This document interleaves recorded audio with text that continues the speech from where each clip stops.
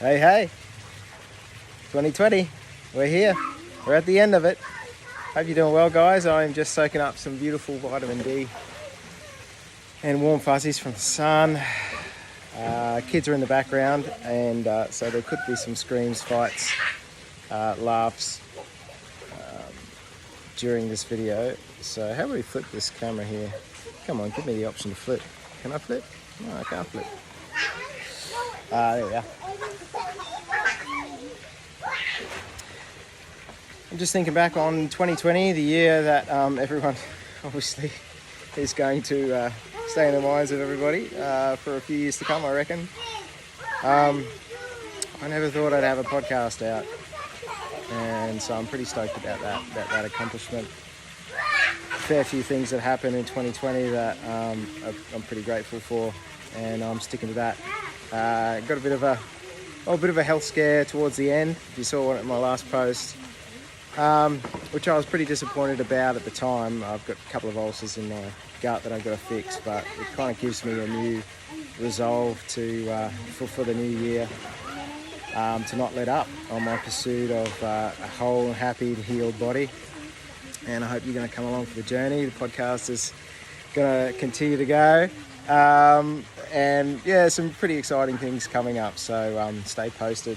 I really appreciate you guys listening, your feedback, constructive and positive. It's been all good, and I'm just hearing too many people that have had their dreams taken away from them by bad health, and including my own at different times, so I'm hell-bent on the path. So this is the time for some resolutions, right?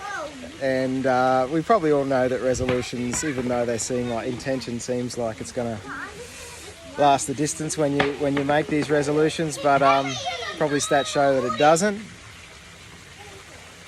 But there's probably a few things you can do too, like to make them stick, like write them down, like measure them. Like a mate of mine says, 6 things, 6 big rocks in 6 weeks. What am I going to do in those in the next 6 weeks? Those 6 things, just things, tangible sort of things like that. If I was to throw some of my pointers in the mix for 2021 for you, the things that I've really benefited from this past year and that I'm going to keep on continuing on in the next year is, let's start with one.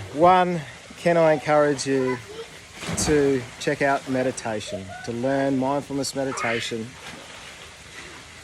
Last night was a perfect example of how it has benefited me so much. I had a shocking night. I've still got really tender knees, but for some crazy reason, probably because I've been enjoying some festive spirits over the last few days, but my knees just swelled up and were throbbing like crazy last night in bed. I could barely walk out. I took some paracetamol. I could barely stand up. They were just painful. I was lying awake for a number of hours, and that's kind of somewhat common for Crohn's. People suffering probably autoimmune disease, arthritis, IBD, that sort of thing. But it was particularly bad last night. The worst I can remember for a long time. And I took the opportunity to practice mindfulness, and it was insane. I've kind of learnt this kind of mindfulness treatment or method to pain relief or pain coping management. What's that? Oh, when do we say hi? Oh, you can. Oh, Noah, my daughter, wants to say hello to everyone. Hello. That's my oldest daughter there, and the next one down, Minnie. Say hello. What do you want to say to people? Happy New Year. Happy New Year. Okay, see ya. And just being able to put some space around pain rather than suffering right in it and identifying it and letting all the stories run in your head like, oh my gosh, this is terrible. When's this gonna let up? I don't deserve this.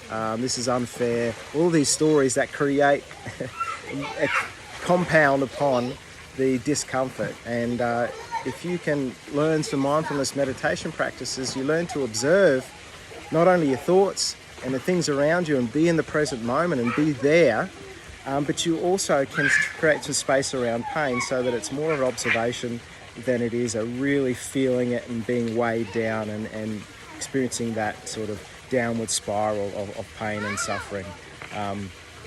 That's what meditation one. I'm going to give you 3, maybe 4. If you're already on the meditation path, keep on going. It's nothing woo-woo or whatever. It's just really putting your attention on the present moment. That's all it is. Your attention is on the present moment and what's happening there, and that's where life is. So often we get stuck in our heads. If you can learn that tool, you can bring a quality to absolutely everything you do, relationships, everything like that. Tasks, creativity, playing with your kids, pain, as I've mentioned. It's just such an awesome practice, and it's very simple. Next thing I'd say, tip number 2 from Benny Cleaver is do something hard. For me, 2020, the hard things were starting a podcast. There's just so many elements to anything, really, if you want to achieve anything. But, step by step by step, you get yourself out there. It's been jumping out into the unknown, putting myself up. Typically not good at social media. I don't really like it. But I thought, well, look, I'm going to put myself in a vulnerable position and do something hard or do something I don't want to do, because it's going to benefit not only the podcast, but hopefully you as well. And also the ice baths. Ice water, cold shower, whatever you want to do. You don't want to do it initially. Nobody does. And even while you're doing it, you're thinking, what am I doing? I hate this.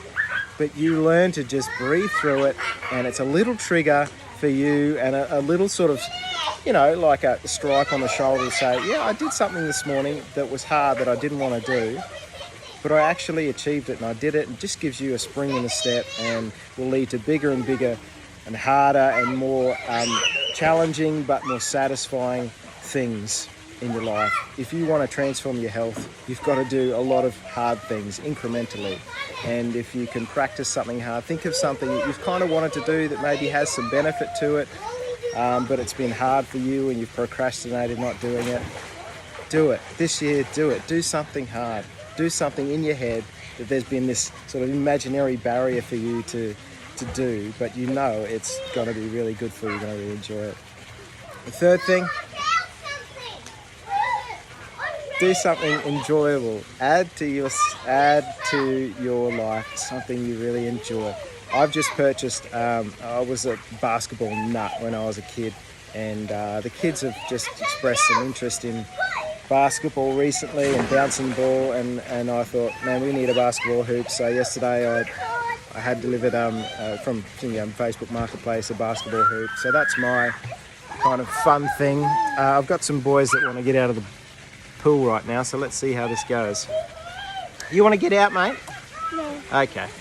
And then so do something fun, enjoy it, and I think your health and your mental illness and everything is going to benefit from doing something enjoyable on a regular basis that even has some sort of other benefit. Like for me, the exercise, physical exercise. I'm doing a vlog while trying to get my son's togs off, so that's a new one. So what have we got? Try meditation, mindfulness, do something hard, do something fun. Finally, man, remove something from your life that's not serves you very well, whether it be alcohol, whether it be some sort of habit you've got into. Take away something that really isn't adding value to your life, and maybe add that fun thing or that hard thing in its place. Love you guys. I can't wait for the journey ahead for this year. I'm going to continue to put myself out there because I know it's good for me, and continue the journey, try and be a guinea pig, and to really hunt down the things that are giving me the most healing and benefit to overcoming this somewhat seemingly some insurmountable challenge of health, and I'd love to have you along the ride of the journey. See ya, love ya.